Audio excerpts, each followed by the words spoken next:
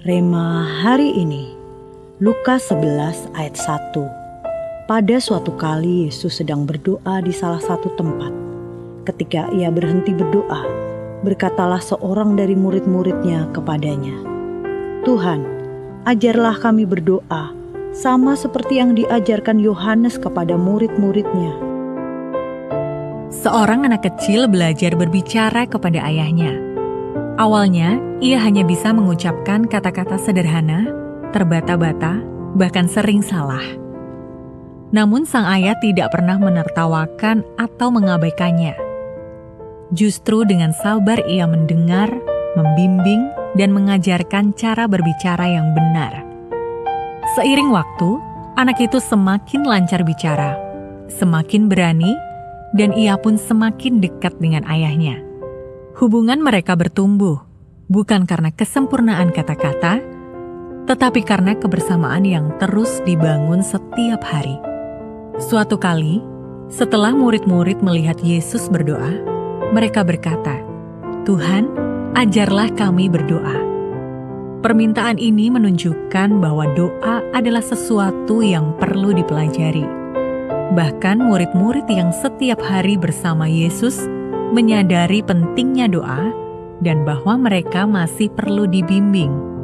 Seperti para murid, hendaknya kita juga memahami bahwa doa bukan soal kata-kata indah, tetapi tentang hati yang mau terus dibentuk, iman yang terus bertumbuh, dan hubungan yang semakin dalam dengan Tuhan. Pelajaran tentang doa ini pun tak bisa dijalani dengan singkat, tetapi sepanjang hidup kita. Semakin jauh kita berjalan bersamanya, semakin kita belajar mengenal cara berbicara dan mendengar suaranya. Karena itu, kalau doa kita terasa sederhana atau belum sempurna, janganlah berkecil hati. Tuhan tidak mencari kesempurnaan, tetapi kerinduan hati. Teruslah datang kepadanya, minta Dia mengajar kita berdoa setiap hari. Jadikan doa sebagai perjalanan yang kita nikmati bersama Tuhan, bukan beban yang harus diselesaikan. Saat kita setia belajar, kita akan semakin kuat dalam doa dan akan melihat bagaimana Tuhan membentuk hidup, mendewasakan iman, dan membawa kita semakin dekat kepadanya. Dalam perjalanan belajar berdoa, bagian mana yang paling Anda rasa sulit dan langkah apa yang bisa Anda lakukan untuk mulai melatihnya secara nyata? Apa yang akan Anda ubah mulai hari ini agar doa Anda bukan sekedar kata-kata, tetapi menjadi pengalaman nyata berjalan bersama Tuhan? Bagaimana Anda bisa membangun waktu khusus setiap hari untuk berdoa?